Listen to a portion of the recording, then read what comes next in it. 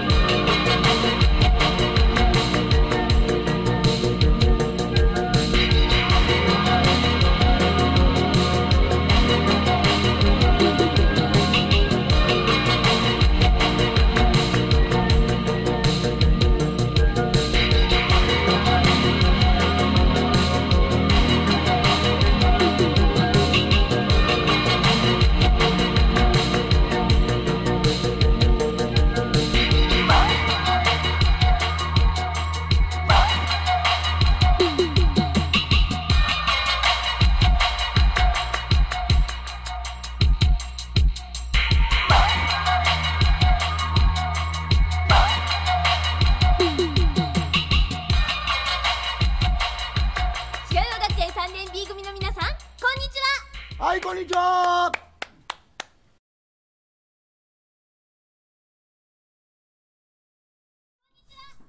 Oh gosh, I just realized I forgot about the music again. Ah, gosh, what am I thinking? I keep getting caught up in the music. I don't know why. It's been happening more and more over the past couple of days. I feel like a dork. Alright. Alright, so, the title of this one is Mind and Body, and it's mostly, just, I guess, various thoughts that have been rolling through my mind ever since I started talking with Manic about the nature of mind. And it started more or less in the JF stream with Duvid. Now these are thoughts that, of course... Oh, hey Julian Groiper, how's it going, buddy? These are thoughts that have crossed my mind any number of times since I was in my 20s. Just thoughts like, you know, where does your mind come from? Is mind a symptom of matter? If you organize matter in very clever patterns and arrangements, do you get a mind out of that? If the mind is not made from matter, then what is the mind made of? You know, weird stuff like that. And somehow, apparently, Manic ended up thinking about a concept that Rupert Sheldrake spent a lot of time on. Rupert Sheldrake is this horsey British fellow that used to hang out with Terence McKenna. Terence McKenna was an American druggie who decided he was going to take just precipitous amounts of psilocybin mushrooms, DMT, and anything else that he could stuff into his head. And he ended up getting really, really, really high. And then he would talk about how high he got, and what resulted were these trialogues. You can look those up on YouTube. Some of them are actually very interesting. I'm well past that stage now, so I don't want to go too far into it, but basically there's a certain kind of mentality of person that looks into those sorts of things. And very briefly, I was of that mentality. You're searching for answers, you're young, you want to know things about the world, and for some reason you just imagine some freaking hippie that's high as a kite has something to say because he knows words greater than 3 syllables. That's basically what Terence McKenna was. And to his credit, Terence McKenna actually was a pretty bright fellow. And he ended up hanging out again with this guy, Rupert Sheldrake. Rupert Sheldrake was a little more buttoned. He was a little more put together. And Rupert Sheldrake, he had this idea, which I think is a little bit batty, but a little bit sane at the same time. And the idea, he referred to it as the morphogenic field, Rupert Sheldrake. And the idea with the morphogenic field is that the reality that we experience, the substantive reality, the one that is made up of matter and atoms and so on, it is informed by the morphogenic field. So, as an example, no one knows why fetuses form in the way that they do, but they do. There's a set pattern, excuse me, there's a set pattern to the growth of fetuses, and it's always very, very predictable. And no one knows how and why all of the cells just spontaneously begin to organize themselves in that manner. It's Rupert Sheldrake's idea that this is the morphogenic field in action. Now, when you stop and think about it, that doesn't actually tell you much. In some sense, what Rupert Sheldrake is saying is magic. When you really stop and think about it, it's just a substitute for magic, and that's it. However, there is something going on that is outside of our sensory perceptions that does inform the world. Mind is a great example of that. No one knows what minds are. No one knows what consciousness is. So the idea that your mind is a non-local phenomenon isn't too crazy if you think about it from the standpoint of your brain as being a receiver. If your brain is a receiver, then that means that thoughts are part of this morphogenic field, or whatever it is, and your brain is capable of receiving certain types of thoughts. Again, the nature of all of this is well beyond me, and I'm not trying to even pretend like this is a real answer. I don't think it is an answer because it's fundamentally mystic in nature. It's outside of what we can experience. So it's not, you can't just point to it and say, look, we've solved the riddle of existence or mind or consciousness or anything like that. It's just a sub-in. At any rate, the concept, excuse me, I just had a steak, so, Kalu Kalay, I feel wonderful, but apparently yeah, it's silly of me. Sorry about that. I'll try not to eat before doing streams in the future. At any rate, the interesting thing about the morphogenic field is that it never occurred to me, and I'm serious about this, it never occurred to me until today to apply race realism to the morphogenic field concept and to the concept of the brain as a receiver. What you very quickly come to Oh, hey, Richard Dewey. How's it going, buddy? Quick rundown is the morphogenic field is a theory put together by Rupert Sheldrake. And the concept behind the morphogenic field is that reality conforms to whatever the morphogenic field is putting out. In slightly simpler terms, the morphogenic field is what informs the growth of fetuses. It's what informs thoughts. It's what gives rise to thoughts, rather. There are more things going on than that, but it's been a long time since I've thought about it. So I'm not exactly up on my lingo and on my concepts.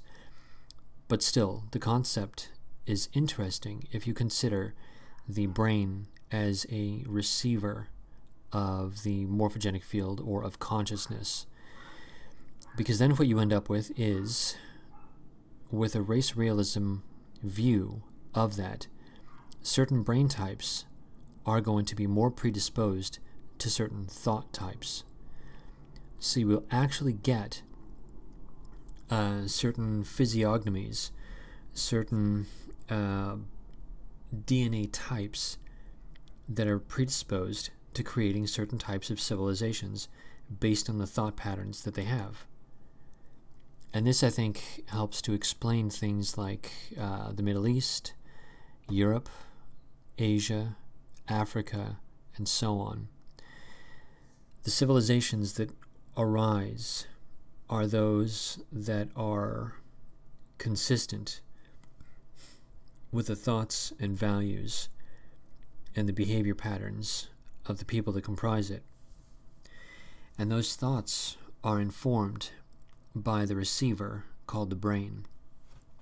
Now, of course, this is all complete speculation, and I repeat, I am not saying that these are the answers.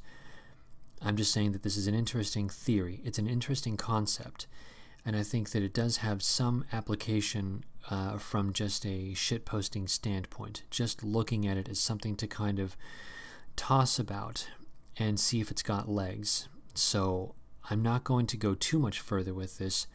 I just thought that was super duper interesting, because another concept is that if this is true, then what this means is that any time you race mix, you're actually destroying the receiver that you would normally be passing down to the next generation. You're getting a hybrid receiver that is going to get a slightly different signal. Now, I don't know if that's good or bad, but I do know that it's a change. And I'm of the opinion now that whites are, 8% of global population? I think we should be doing what we can to preserve the uniqueness that is us.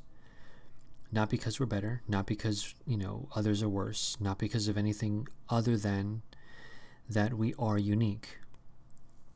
And as something that is unique, I think that it is well worth preserving and saving. We should be preserving our genetic line for posterity as much as is possible.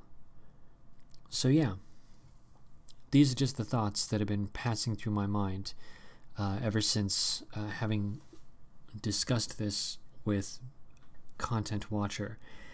I think I'd like to discuss this further in the future after I've really given it some thought. I do need to revisit Rupert Sheldrake, and I do need to revisit my ideas about the nature of consciousness and mind, because all of this is just a touch more than I'm capable of thinking about right now under the present circumstance. I mean, as per usual, my insomnia is always very bad. I tried taking a nap earlier today, and it just didn't quite work out. Sort of unpleasant. Too bad. What are you going to do? So I'll try to be a little bit better about that. But at any rate, one other thing, semi-related. No, not related to the mind-body problem, but certainly related to the to the concept that there are certain things in civilization that need to be revived, or they need to be rethought so that we can inject something into Western civilization. And that thing for me is mostly something along the lines of God, religion, and mythology. While I was walking to the store to get some cookies earlier today, as I was walking, the strangest thought occurred to me. And it's eye-rolling that I had this thought, and it seemed like a revelation. So just bear with me on this for a moment. As I was walking, it occurred to me that there are lots of things that make me very unhappy about my own life, things that cause me some distress, regrets, things that I didn't do, or things that I didn't do, or things that I wish I had done differently, or whatever. And there are all these things that sort of haunt me from the past, things that I just don't care for too much. And out of nowhere, I don't know why, this, by the way, speaking of the morphogenic field, a thought just danced its way into my mind, and I picked it out and decided to entertain this thought and allow it to dance in my mind. The strangest thought danced directly into my mind, and the thought was, the entire point to the Jesus mythology is that he died for our sins. What was I upset about? I was upset about my sins. I was so upset that it caused me distress, which isn't to say that I wished any kind of harm on myself, but taken to its absolute farthest extreme, the result would be, such shame and embarrassment that if I were in Japan, I would contemplate suicide. This is the extent of the thought when taken to its farthest extreme. So what you end up with is a death thought. The past haunts you. Your sins haunt you. Your decisions haunt you. Your life haunts you. And you wish release. You wish for some kind of a release. But of course, if you go to that release, you can't do anything about the people that will continue to live. So you end up abandoning your family, which is not a good thing. And this is where the Jesus myth comes into play. He died for your sins. You don't have to die. He did it for you. As where you wish that you could do something to either make amends for the past or pay for the past, well, that payment is in full in Jesus, no matter how retarded and fucked up and lame your life is. Somebody has already taken care of it. You don't have to worry about it. So you can go back to your family, you can go back to your friends, and you can do whatever you want. Now, this for me was, again, a bit of a revelation, because it had never, I've heard the words a million times, but I never put it together, and I don't know why. And for some reason, today, all of the thoughts came together in a clean organization pattern. Now, I honestly don't know how useful this would be if told to other people, because I think that I would sound ridiculous, like a crazy person, and retarded. However, it's an interesting concept. It's an interesting take, because suddenly it became personal and it became real. Being haunted by your past actually does suck. And I can't help but think to myself, I'm not the only person that feels this way.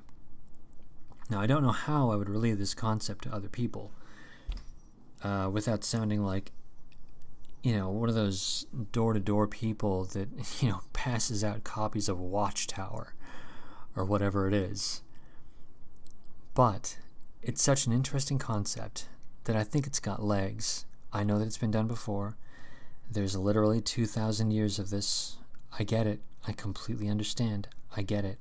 But this concept is something that I've not heard expressed in these terms. I don't think I'm doing the concept justice, to be perfectly honest. But I digress. I just thought that it was interesting that I actually came to a standard Christian position for absolutely no reason while just walking to the store to get cookies. That is the weirdest thing that's happened to me all month. Maybe not all year, but definitely all month. That's a hell of a thing. With that, I think I'm going to go ahead and check chat because it looks like a lot of people showed up out of nowhere. Hey guys, how's it going? I hope your evening is going well. If I'm just a touch slow, it's because, as per usual, I just have had slight problems with my sleep patterns. I really got to get better sleep. It's not good. Okay, here we are. DNA floppy disk. Yeah, Rupert Sheldrake said that he didn't think that there was a great big hard drive in the sky that we were tapping into, and I'm inclined to go with him on that. That is to say, if you imagine that the brain is a receiver, then the question then becomes, what's the transmitter? And then, is the transmitter something that is dynamic and fluid? Or is the transmitter sort of like running on a tape? Is the transmitter just sending out MP3 files every so often, and whichever file we happen to catch is the one that we catch?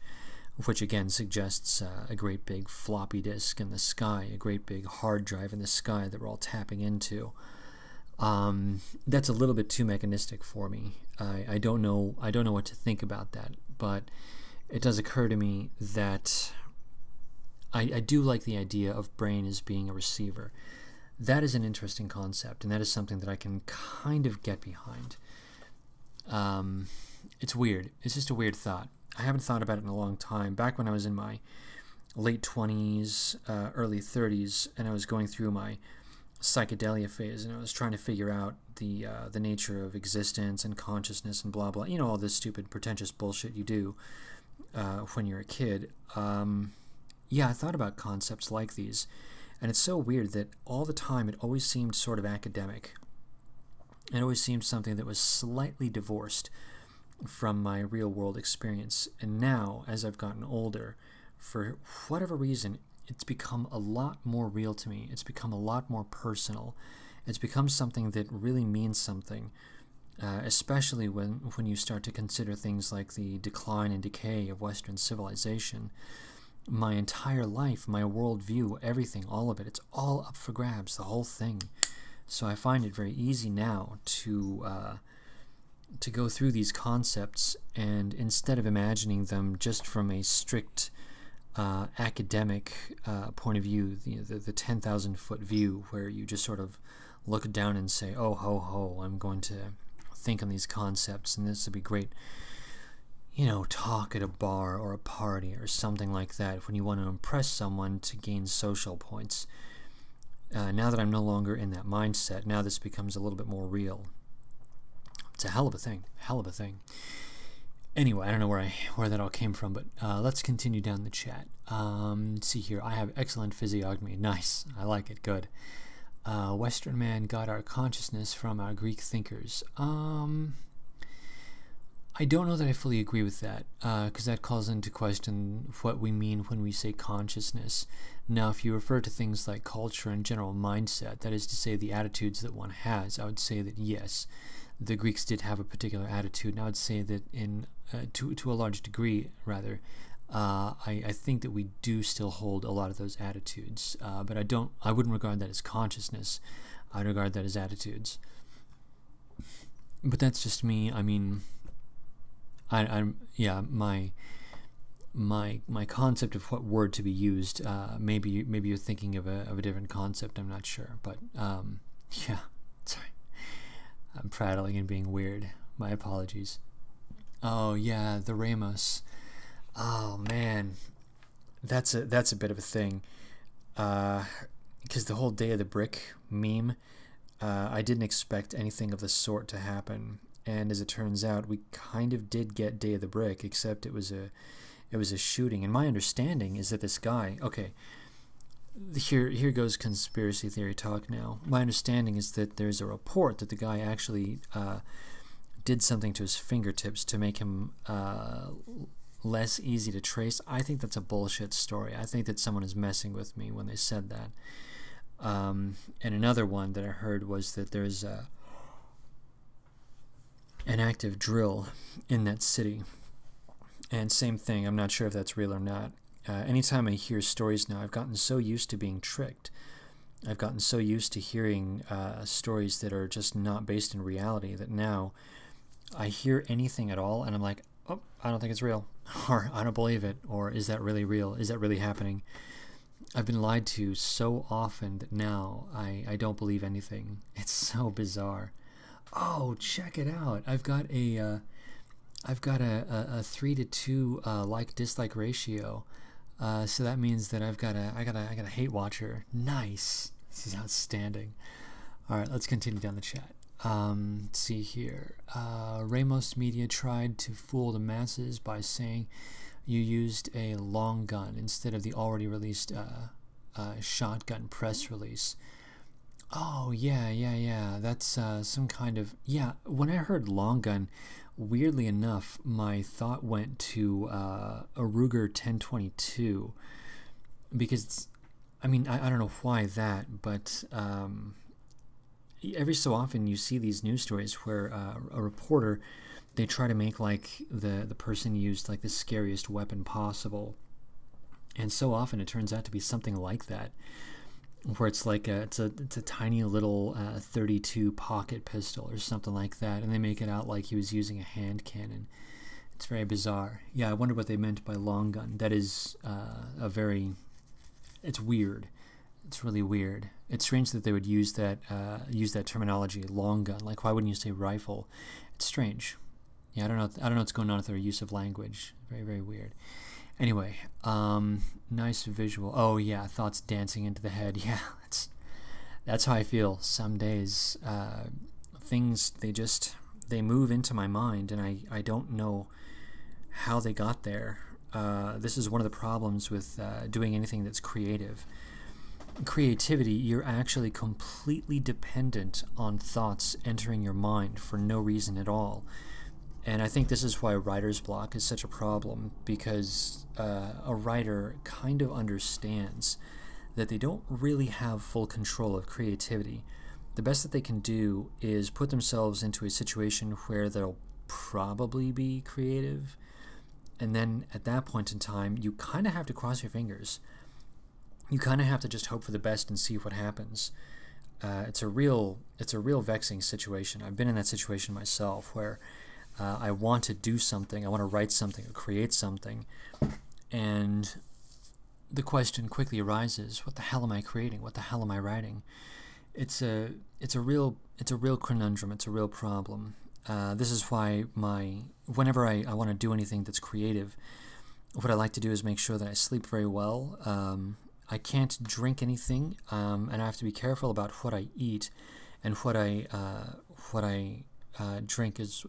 Apart from just alcohol, because too much coffee and I get manic and I'm not able to think clearly. Of course, if you drink any alcohol, that kind of destroys some of the creativity. And same thing if you eat a lot of fatty foods, you get very lethargic, and that takes away from the creative mindset. I don't know why. It's just the way that it goes. I've found that fresh fruits and vegetables, for some reason, aid me in my creative mindset. Very peculiar, but you can see what I mean by I find myself, when I want to do anything in the way of writing, I find myself creating a situation where I'm more likely to have creative thoughts. Yeah, it's really weird. I always feel sort of like I'm asking to have good thoughts. I'm asking to have creative thoughts. I'm asking to be able to interpret things properly. As though I'm only like half in control of.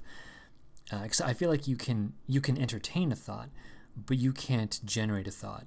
Once a thought comes into your head, you can play with the thought. You can roll that thought around and kind of dissect it, pick it apart, move it around, and maybe combine it with another thought once in a while to see what happens. But that is only possible once you actually have the thought. So you're kind of at the mercy of you're at the mercy of universe, God, whatever you want to call it, to allow you to even have a thought in the first place.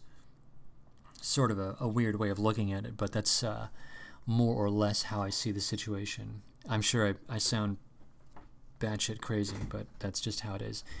All right, let's continue down. We are crimson-nosed clowns feasting over a shark tank. Oh God, Judge Dredd. Okay, that's I don't know what that's in reference to. Is that some kind of a for the, what is it, the shooting or something? Okay, we'll continue down. Let's see here. White people often don't have strong ethnic feelings as compared to practically all other groups. They are perhaps the most individualistic of all groups and think more individualistic terms. Christianity is very likely the strongest unifier of the greatest number of white people ever. You know, I kind of agree with that. Because I've known a lot of white people in my day, and yeah, they're the first ones to talk about individualism. It's the strangest thing. All right, Christ is the point of unification of the divine and temporal within history. Okay, I mean, that's an interpretation. I don't know that I fully agree with it, but I understand what you're saying.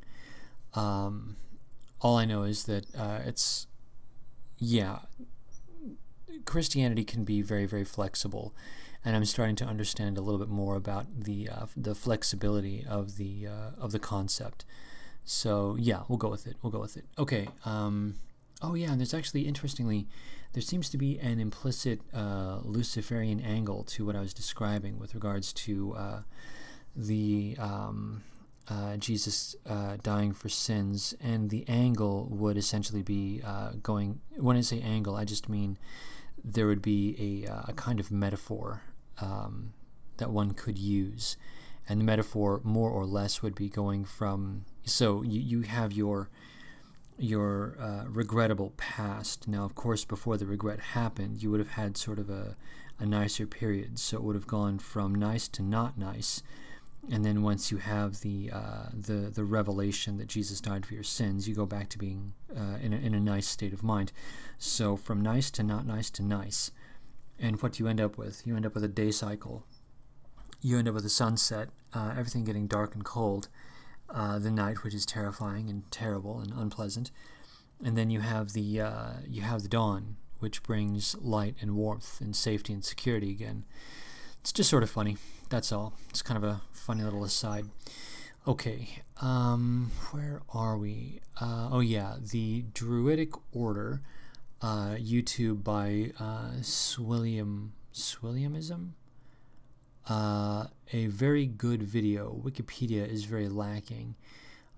Okay, I should check out the Druid stuff, because it does sound kind of interesting. Let's see here. Are you claiming that we as a community create our reality, or rather mend it? That's a very interesting question. I'm going to have to think on that. While I'm thinking on that, I'm going to play a track. I have no idea what I'm about to play, but I'm going to play it anyway. And I'm going to hope that it's really, really good. Because I lined up... God, what the hell did I line up anyway? That's so weird. I guess I'll describe the track after I'm done. I set it up for the volume to not blast, so at least I did that one thing. Next time I'll go ahead and make sure that that I label the tracks so that I can introduce them before I go. So this is going to be a surprise to you, just as it is going to be a surprise to me. So we're going to play the track Rest in Peace Eardrums in 3, 2, 1.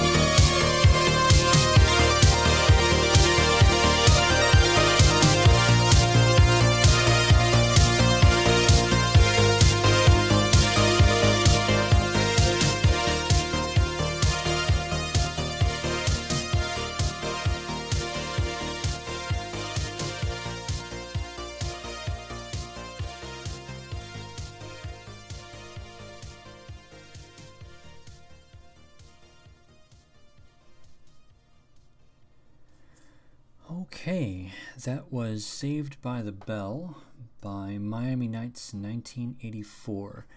I happen to really like I like that album a lot. It's unfortunate that the producer, Miami Nights 1984, he kind of dropped off the map. He stopped producing stuff back in like 2014 or something like that. At least that's the last I heard. I remember looking into the guy, and for whatever reason, he just stopped producing. I get the impression that he was one of those bedroom producers that put together some stuff for whatever reason, and he put out his albums and he just stopped. It's very strange. I loved his stuff. He was just amazing. He's off of Rosso Corsa records or albums or whatever that label is called. And Rosso Corsa, they also put out Laserhawk. I think he's the founder of Rosso Corsa Records. And there are a couple of others, and I forget who they were, but there's some, I think Mitch Murder is off of that. I like Mitch Murder. Mitch Murder's awesome. At any rate, coming back to the question was, are you claiming we as a community create our reality or rather mend it? Number one, okay, that's a hell of a question. I would say that we do create our perception of reality, and the reason I use that phrasing is because we do not create reality itself. There is a reality outside of our minds, and the only reason that I know that there is a reality outside of our minds is because I can reliably pick up a cup of water, put it down on a table, and leave it there, and somebody else can pick up that cup of water and drink from it. So that tells me that we both agree that there is a cup of water. So there is an outside reality, and that outside reality we are capable of understanding. So the question of do we create our reality? Yes-ish, only in the sense that we do have a perception of reality. And within our perception of reality, rather, because you would have a grouping of people that all perceive reality in more or less similar terms, you could, if you wanted to, make the argument that we are creating our reality. I don't see it that way, but that's just me. I don't happen to see it that way. And as for mending, I'm not sure that I know what you mean by mend, because mend makes it sound like it's broken, like it needs to be stitched together. Okay, so if you're going to say stitched together, then as in not broken, okay, that makes it sound like you're talking about a person putting together disparate facts and organizing those facts into a larger coherent structure, like a worldview. Okay, in that sense, if that's what you're talking about anyway, I would say yes. I think we do mend our own reality. But that goes for everyone. That's not group specific. Then again, I guess one of the concepts that I always come back to is that white people, they seem to be very altruistic, almost naively altruistic. And in this sense, that altruism would necessarily be a part of the worldview, because everything would be seen through a lens of altruism. So yeah, I guess in that sense, from a community standpoint, from a larger, from a net standpoint of, all white people in general, like an aggregate or something. In this sense, yeah, I guess we do kind of stitch together a reality, but that's not to say that, or rather a worldview. That's not to say that we are creating reality or we're stitching together a reality. It's just that our worldview is based on a combination of what we experience, our value sets, and our value sets tend to be informed by our genetics. So yeah, I think that makes sense. I'm pretty sure that made sense. Okay, good. Here we go. Be the change you want to see in the world. Absolutely agree. Completely agree. Let's see here. You just put wood glue on your fingertips. Hitmen use this trick. Gloves will often stick out in summer. Oh, yeah. That's funny. Yeah, that actually makes a lot of sense now that I think about it. Yeah, it's so obvious. That's completely obvious. That's brilliant. Thank you very much. Actually, there's a thing that I'm working on right now, and now that you've said that, I kind of feel like I can actually use that, because I'm working on a project that is actually related to a concept that you brought up. That's funny. Cool. All right. Media did report Ramos mutilated his own fingertips, likely some time ago, in an effort to hide his identity. So they used facial recognition technology. Jeez, man, that's like from that movie Seven. Dang, it's pretty hardcore. That Ramos guy really meant it. Whatever he was doing, he meant it. Yeah, shooting people is stupid, man. I wish those guys wouldn't do that stuff. All right, let's continue down. I think that individuality you see in white people is something that has increased in the last 60 or 70 years because it has been imposed upon us. I kind of agree with that. Kind of. We were pretty individualistic way back in the 1800s here in America. And I guess all the way back into the late 1700s. I don't know much about what came before then, but the individualistic mindset has been around for a while. But yeah, it's been pushed really hard since before I was a kid. That much I'm very I think you're correct, but I can't say 100%, but yeah, it makes sense to me. That's entirely possible. Okay, rest in peace, journalists. Yeah, they may be. I mean, I don't like the way that the news is organized. I don't like the way that they're doing things. I don't like that it's all clickbait. I don't like all the anti-Trump hostility and so on. But murder is still murder, and it's not cool. So in this regard, yeah, rest in peace, journalists. Even if a person is genuinely horrible, I would still, not that I wouldn't want to be too callous, because they are still people. Even Maxine Waters, though I literally think she's a psychopath, and cognitively she is not human. Murder is still a bad thing, but whatever. Anyway. All right, Jared Ramos, Milo predicted it because he was fed, no pun intended, the prediction from his handlers. Yeah, I mean, you can kind of see stuff like that popping up, though. I mean, the radical left is starting to go absolutely crazy. And whether or not this shooter was radical left or not, the reason that I mentioned the radical left going crazy is because they're kind of a sign of the times. People are going a little bit batty right now. There is a charged energy. There's an emotional push to just about everything. And a lot of it is negative. A lot of it is hostile and bitter. And it's not a good thing in the least.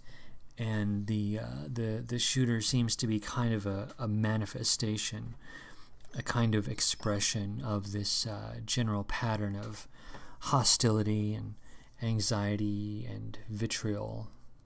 It's a hell of a thing, man. Hell of a thing. Okay, so sorry, still with the yawning, still with the insomnia. Okay, I think I might be wrestling with suppressed homosexual feelings. Actually, that's a hell of a thing. Hey, man, if you're not what do you call it? If you're not messing around, then yeah. Everyone's got their demons. Everyone's got their things to sort through. I am in no way capable of or qualified to help in that capacity. The only thing I can say is, hey, man, you do you. Try to lead the best life that you possibly can. I'm super paused, so there's going to be flack on either end for me on this one. So I can't go too far into it, but I will absolutely say, if you're having problems, you've got my support, no matter what. Let's see here. Jared Ramos. All right.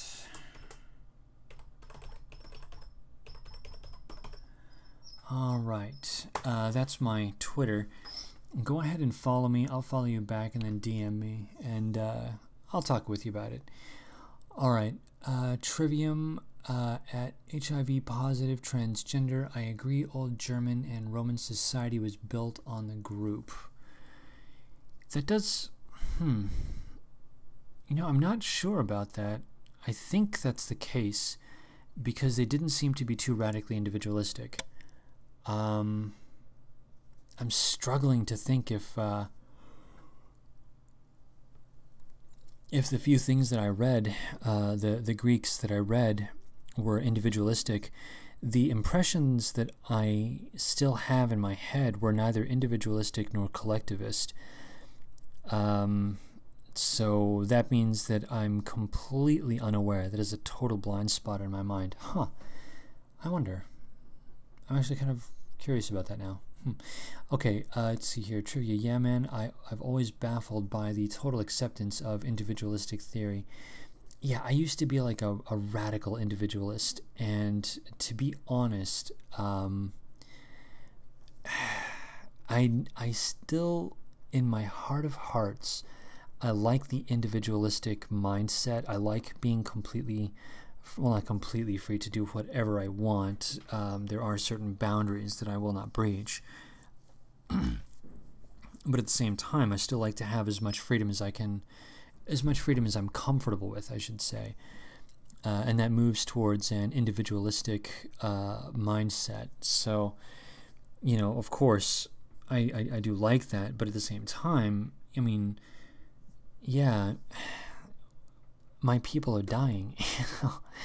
And if my people are dying, then me being an individualist is not really going to help out too much. I should be thinking about my people. I should be thinking about how to help them. In exactly the same way that on a net level, I imagine that they would start thinking about how to help me if I was in trouble as well. We do need to have, I think, a balance between individualistic and collectivist. You know, whatever's going to be good for the individual and what's going to be good for the collective. And I think that there just has to be a balance. You know, if you want to go into the sort of woo-woo stuff, the shaman is what pushes the boundaries in the necessary ways at the necessary times, and this allows the community to grow as needed, and to modify itself and to evolve as needed to meet the situation, to meet threats, to meet problems, to meet challenges. So you need the individual, you need the shaman to be able to do whatever the hell he's going to do. But at the same time, the shaman must be subordinate to the collective. The shaman must be loyal to the community, the group that supports him. So again, balance. It's got to be in balance. You can't have one without the other. They both got to be there. And I personally have had to learn that lesson a lot over the past year. Okay, so here we are. All right. Even K-Max theories say Europeans are more individualistic, and the systems of government they do better at than others. Republics are more successful than others who attempt to maintain them. Yeah, that does seem to be the case. I mean, what was that movie Empire of Dust, where you had the colonizers, they left Africa, and then the Africans, they were completely ill-equipped to maintain the infrastructure. So you just had all of this stuff just collapsing and crumbling all the way around them, you know. And it's like, geez, we do have a great society when we're left to our own devices. I've seen this in Los Angeles. I know a chick who's she's north of 80. She's definitely up there in years, and she remembers back when Los Angeles was majority white. She remembers back when Los Angeles was just a standard kind of conservative, not terribly interesting or impressive city. And the change has been stark and dramatic. And with the introduction of ever more Mexicans, the infrastructure of the city has decayed. It has crumbled. as where back in the day you would see these beautiful buildings, you'd see palm trees everywhere, relatively fresh and maintained roads. Everything was clean. Well, not clean, but not too bad anyway. And now, I mean, there's garbage and refuse everywhere. I've said it before, I'll say it again. There's street food and people actually eating literally in the streets. I've seen people on the curb eating on a curb. It's baffling. It's weird. It's peculiar, and I don't care for it. And it's completely coincident with the rise in the Mexican population. Once you import Mexicans en masse into a place, whatever that place is, you can forget about what name it used to have. It's becoming Mexico. In exactly the same way that if you transplanted a crapload of Europeans to a particular area, whatever new area that would be, that new area would start to resemble Europe. That's just the way that it goes. Yeah, it's so frustrating and infuriating. The social constructionist view fails when you apply it to real life, and yet somehow people still adhere to it. Okay, anyway, let's continue down. Yeah, that's where it comes from. People take Kamek as gospel. Okay, I'm not sure what that's all about. All right, actually, Eke, a better example would be you place the cup of water, but the entire town denies it's there. Then nobody finds it. Oh, yeah. Yeah. I guess that would be one way of looking at it. But at the same time, the town can deny the existence of the cup of water, but a cat that roams around and stumbles across that cup of water, it doesn't matter if the town denies the cup of water. The cat's going to drink from the cup of water. Why? Because the cup of water still exists. Whether the town agrees with that or not is completely irrelevant to the cat drinking the cup of water. But it's there, and most of the town saw it. But reality changed because the community willed it. No, the reality did not change. The perception of reality may have changed, but reality itself did not change. This is kind of I think the word I'm looking for is epistemological. This is kind of an epistemological question that you're asking. I want to make sure that I'm using that word correctly. Let me go and check real quick.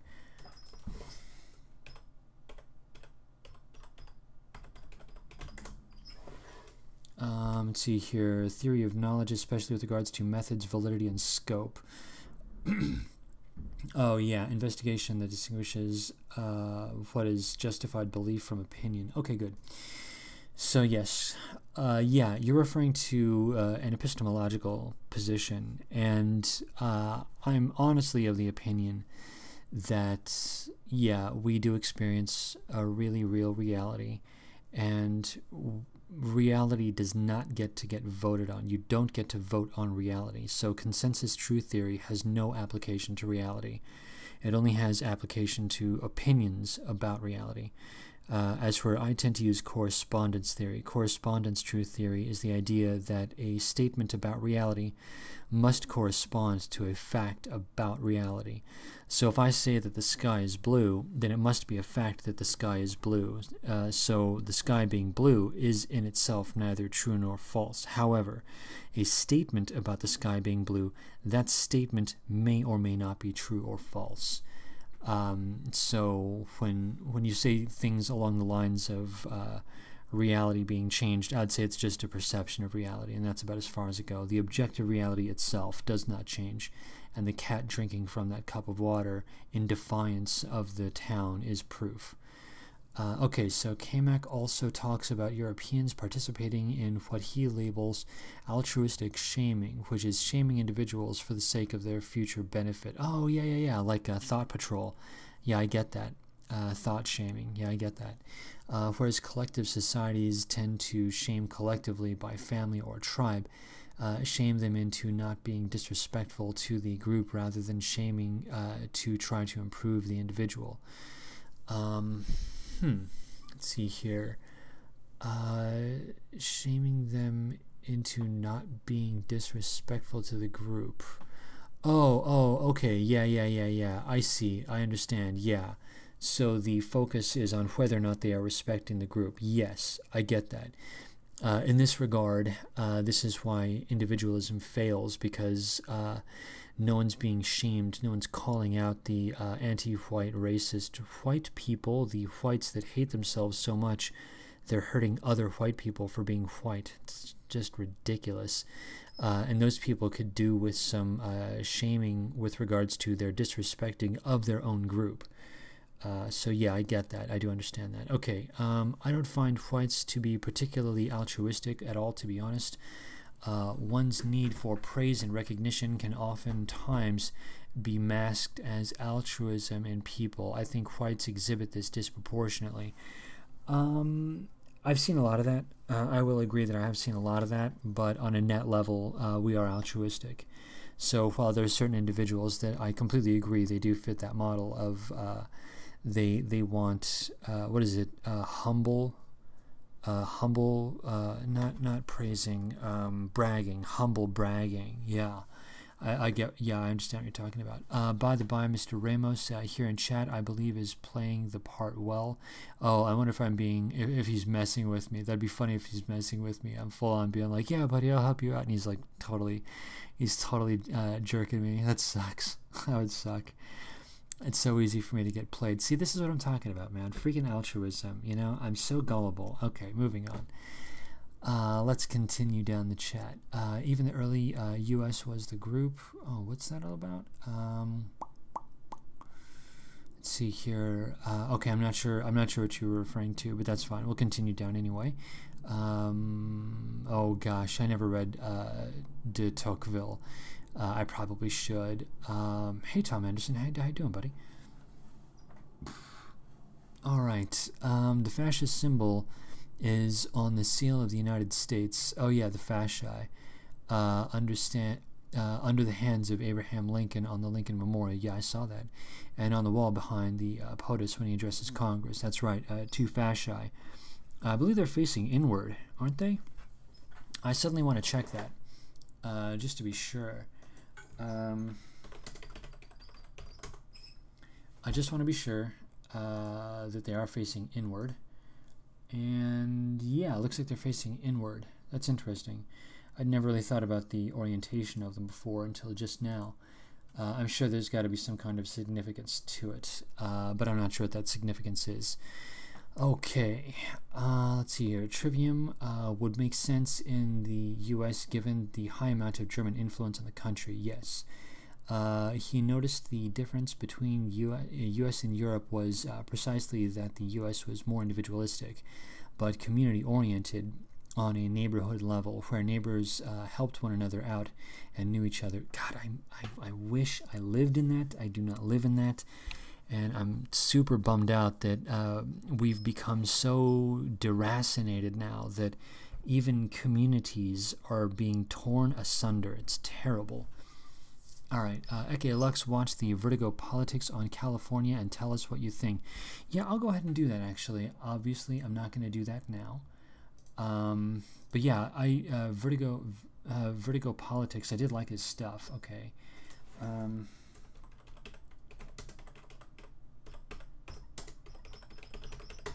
I might have seen it. Oh yeah, I did. I actually watched it. I'll be damned. Let's see here. Vertigo Politics. Let's see here. I don't recall exactly what it was that was being said, because I don't... Oh yeah, it looks like there's some talk in here about education and all that good stuff. Demographics, there's some ACLU discussion here and there. Yeah, basically, whatever Vertigo Politics was talking about, I get it, and I largely agree. He pretty much is on point, and I've seen a lot of these videos, and judging by what I saw, did I give it a like? No, I don't think I gave it a like. I'm gonna give it a like. Did I comment? I might have commented on it, but I don't see any comments by me.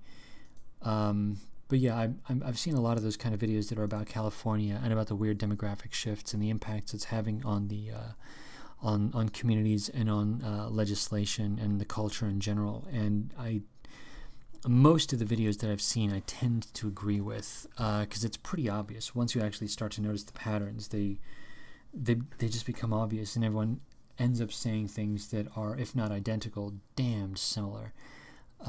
So yeah, I would say the Vertigo Politics video is pretty much on point, if my memory is serving, if the impressions that I'm remembering are serving.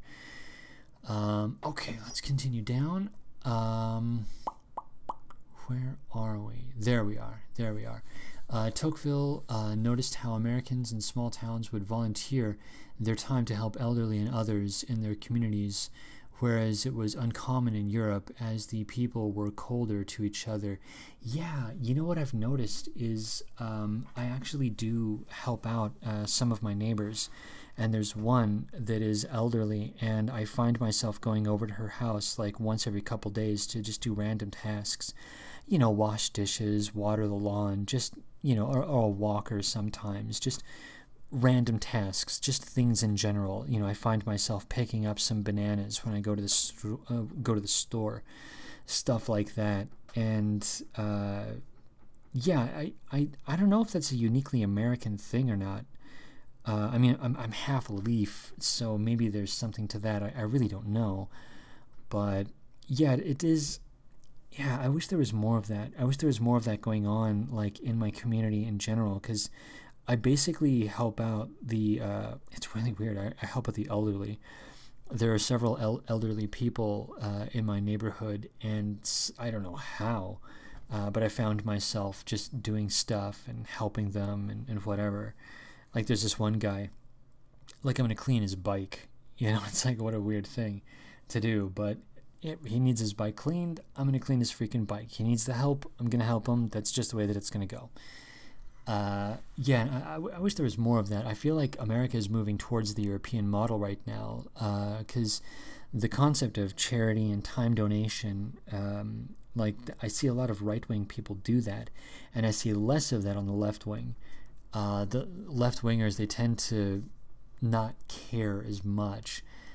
You know, they always imagine that, oh yeah, but the government subsidy will take care of that, or oh yeah, there's going to be a person who'll take care of that who's not me, and they just assume that it's going to get taken care of by another person. It's unfortunate, because that's how neglect ends up settling in. You know, the woman that I know who's north of 80 years old, I mean, if I just assumed that somebody else was going to take care of whatever task, it would probably never get done. So I kind of feel like I have no choice. I must be the guy to actually go and do those things. Anyway, now I'm babbling about being an eternal Anglo. I'm going to continue on. Sorry about that. Okay. HIV positive transgender LMAO, at your reaction to curb eating. I'm trying to picture Ed Norton eating on a curb after his actions. Yeah. You're not far off.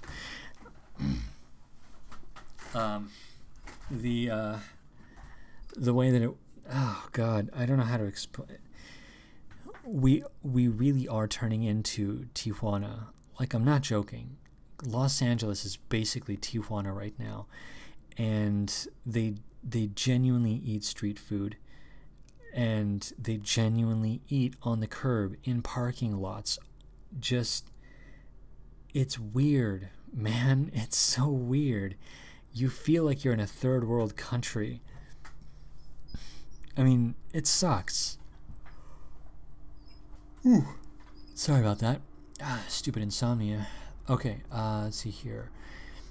Even a lot of U.S. cities are named after fascist leaders. Cincinnati was named after Lucius Quintius.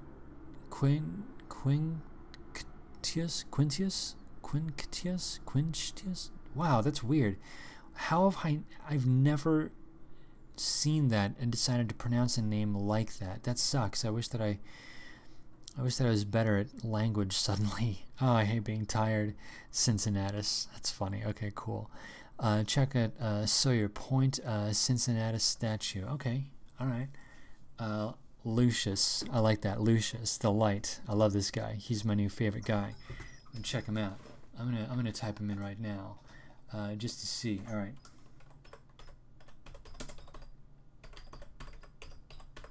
Sorry, I can't help it. I just want to see the guy.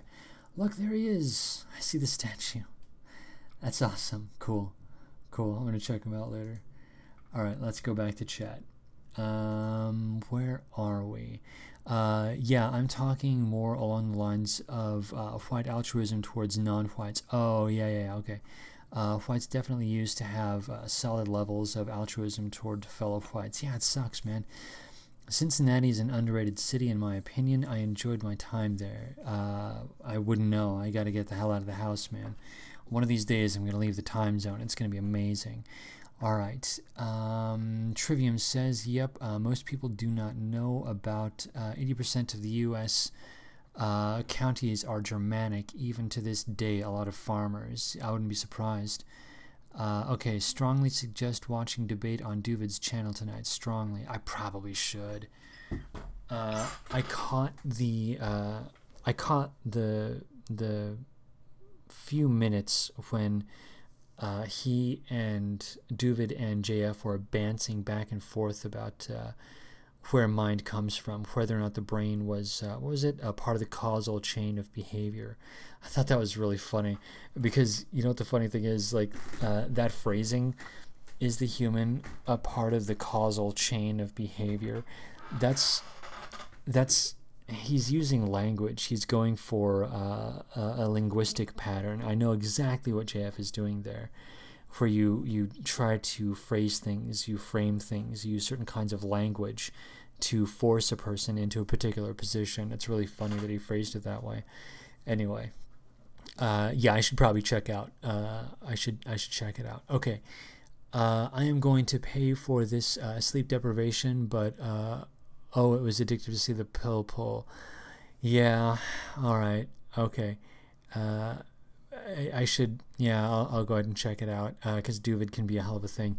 Sometimes I find him to be infuriating, and other times I kind of agree with him. Like, I actually do agree with his views on the nature of consciousness, but there's so many things that I just find upsetting. Okay, good. I'm going to continue on now.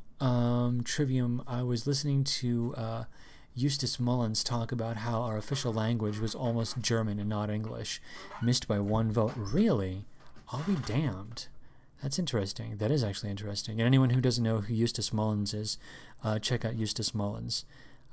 He was awesome. He was the guy that was the Eustace Mullins, Ezra Pound. Okay, now I'm getting names mixed up. Now I haven't thought about any of this in years. But I remember Eustace Mullins having something to do with the Beast from Jekyll Island. But I'll worry about that later. I'm sure somebody's going to correct me on that and be like, you don't know what you're talking about? Okay.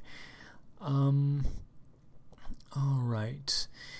Trivium, oh, sorry, I didn't mean to counter your 80% thought. It was about 40 to 50. I could be wrong. Yeah, I don't know what that's all about. Let's see here. Duvid's channel just finished about 20 minutes ago. Oh, wow. That recently. Jeez, he's an animal, man. He's worse than me. Okay, English designed the U.S. The English designed the U.S. The Germans built it. Sounds about right. Oh, yeah, that is actually kind of funny. It is long, but if you see the chat with the debate, I think you will like it. Maybe, yeah. Oh, yeah, I'll check it out. I'll check it out. That is, if you can take pill pull. I can take it. I can take it. I've gone to the point now where when people mess with me, usually I can see it like as it's happening in real time, and I can find a counter to it, so I'll be okay. All right. You can get the country's maps in color on ethnic groups. Oh God, we should do that in general. That'd be really funny, especially here in Los Angeles. Which actually means Bill Bull. Oh, okay. Not JF channels, but on Duvid's channel. Yeah, I'll check out Duvid's thing. Okay, I'll do that. Duvid's. Who is this Duvid? Duvid is this guy. He's just kind of a, how do I explain Duvid? He's a part of the what's called the Gewalt right, which is like people that are associated with the alt-right, but they're actually Jewish, and they just talk about concepts and stuffs and things, and Duvid is one of the personalities. He's kind of big-ish in certain circles. I personally find him to be on a net level disagreeable, but again, he does have certain points that I actually do agree with him on. He's just not my cup of tea. That's really all it comes down to. All right, let's see here. Yeah, Cincinnati means Seven Hills, I believe, in Latin. Cincinnati? Maybe, I'm not sure. I don't want to think about it because my mind is starting to go. Speaking of which, I am starting to get just a touch lightheaded, so I think I'm going to get some cookies. And I just happen to have, by an amazing coincidence, some peanut butter, which is outstanding.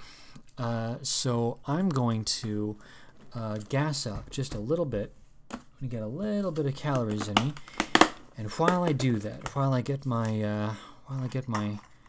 cookie fix, I am going to play some music.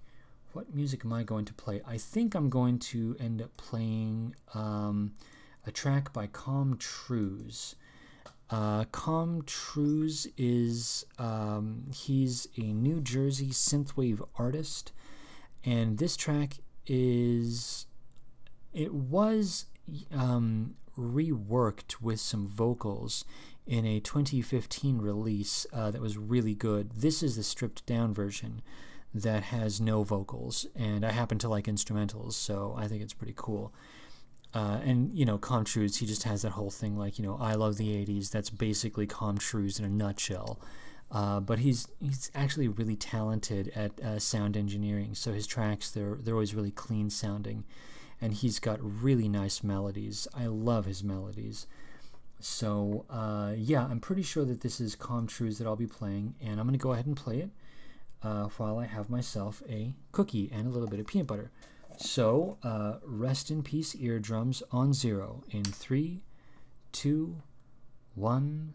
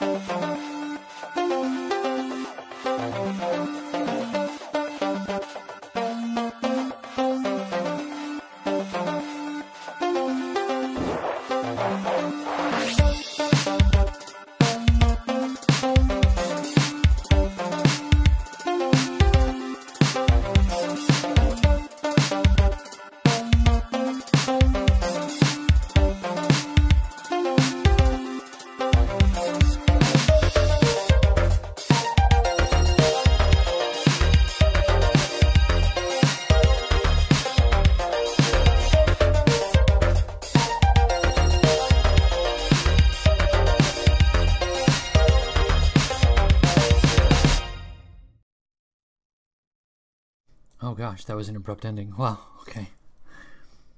That was a hell of an ending. Okay, good. Alright, let's transition back. Okay. Where is chat? Where are we? There we are. Alright. Going all the way down. Alright. Let's see here. Ezra Pound was Eustace Mullins's mentor. Griffin plagiarized Eustace Mullins's with Creature from Jekyll Island in the early 1990s. Yeah, I heard about yeah, I heard about that. What was the let's see here. The book, not Creature from Jekyll Island, I think it was Secrets of the Federal Reserve. Wasn't that the original book? I'm pretty sure that it was Secrets of the Federal Reserve, and I always wanted to read the original as opposed to The Creature from Jekyll Island. I mean, of course, either one is good in as much as long as the information gets out there, but you know, I get it. So yeah, okay, let's continue down. Oh yeah, this is night owl music. Yeah, I can't help it. I've always been a night owl. I've always been the kind of person that's like up at night doing nighttime things. It's so weird, but what are you gonna do?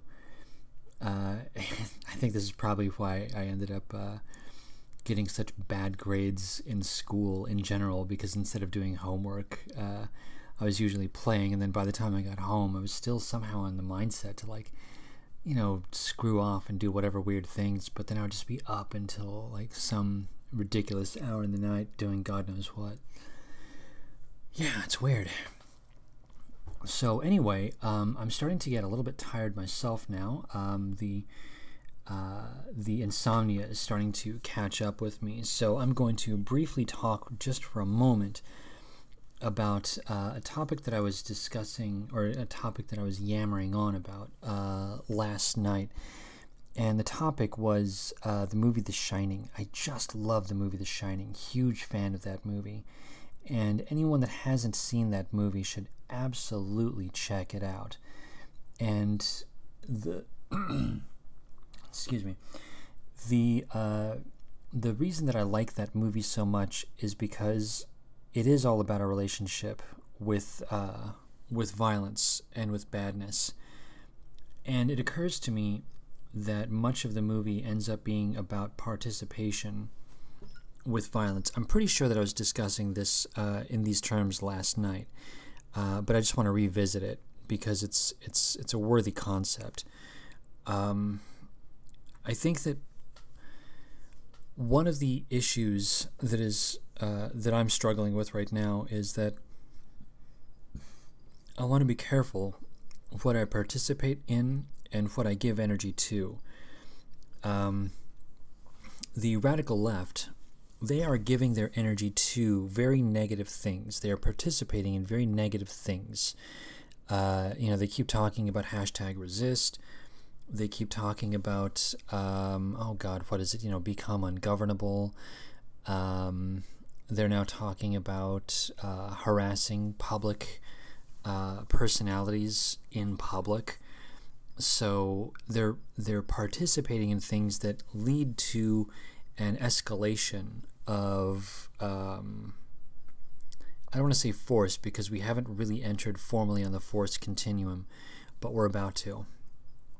And when I say force, I mean physical force, not just, you know, verbal, not just the Bantz stuff, not just calling people names, you know, #racism or whatever. I mean, the radical left, they are toying with aggression. They're toying with negativity.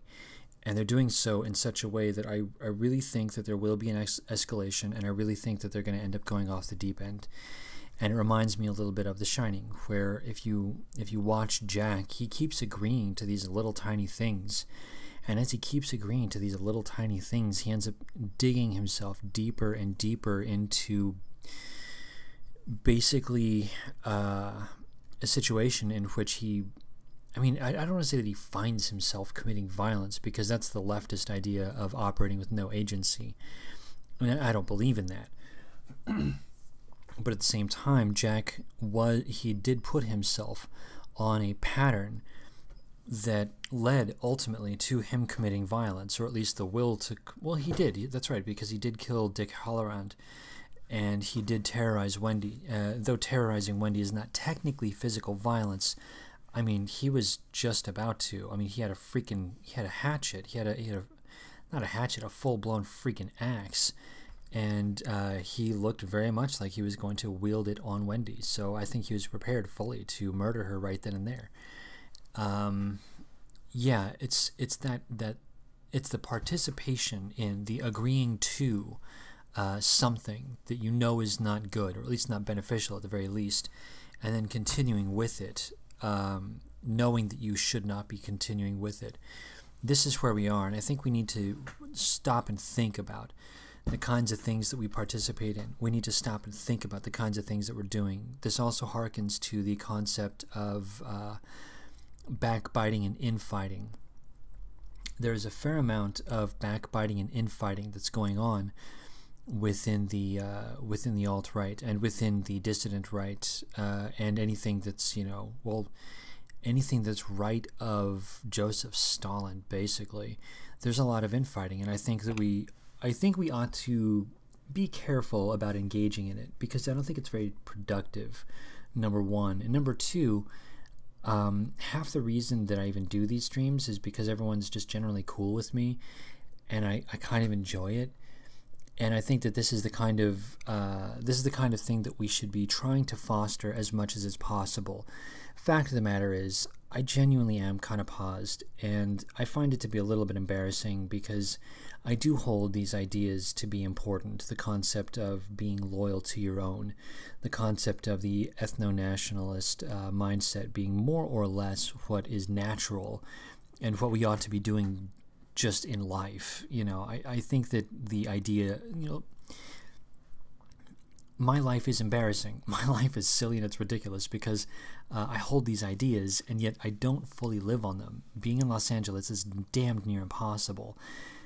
So obviously I've got a lot of friends that occupy areas of society that not only would one not expect for a person who holds my views, but one would, put a giant question mark and be like, wait, what? You talk to those people? And it's like, well, yeah, I do.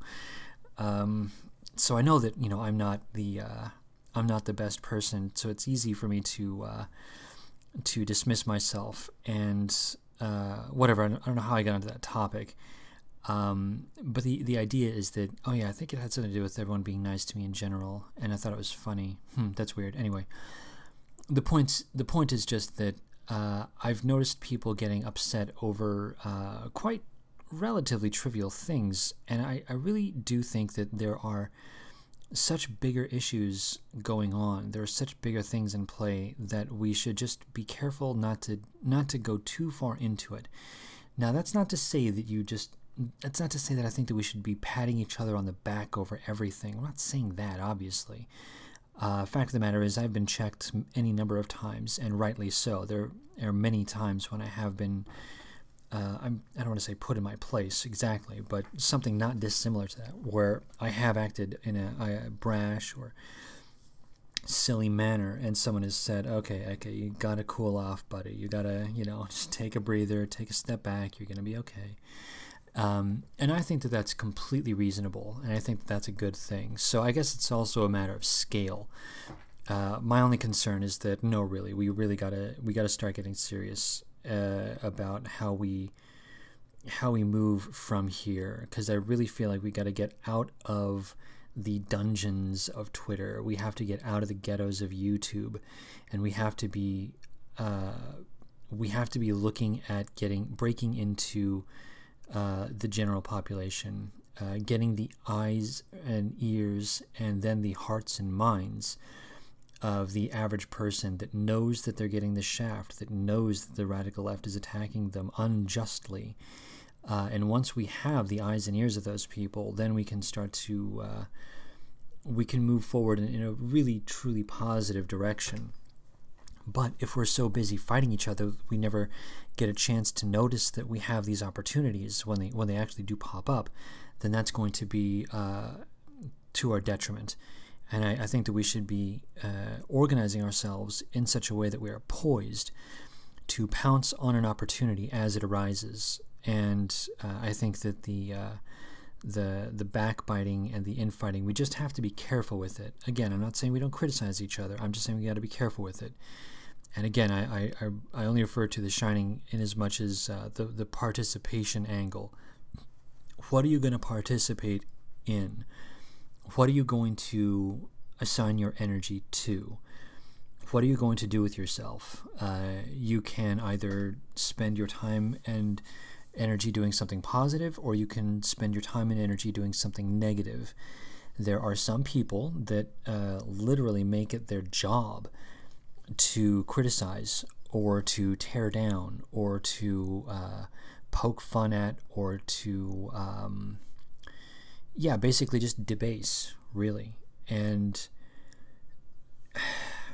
right time, right place. We just have to be careful with it, because if we spend all of our time attacking each other, by definition we lose.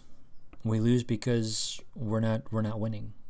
So we just have to be careful. That's really all I'm saying. We gotta be specific in how we allow ourselves to interact with others within our group, within our movement, even when we have fundamental disagreements. That's really all I'm saying. So yeah, with all of that said, I guess I've gone on for half an hour over the hour mark. I am starting to get tired, so I think I'm going to go ahead and call it here. The last track that I'm going to play for the evening is going to be, I've played it, multiple times, but I just happen to like the track a lot. This track is Sleepwalkers by Lone. Oh yeah, and before I go, just because I like it, rule number 1, treat every firearm like it's loaded. Rule number 2, never cover or sweep anything you are not willing to destroy. Rule number 3, your finger stays off the trigger until your sights are on target. And the fourth and final rule is, be aware of your target and what's beyond it. Safety first. Yeah, brush your teeth, floss, drink a tall glass of water, go outside and get some exercise. And I guess I'll see everyone in the chats later. In the meantime, here's a track by Lone called Sleepwalkers that I just happened to dig. On 0. Rest in peace, eardrums, in 3, 2, 1.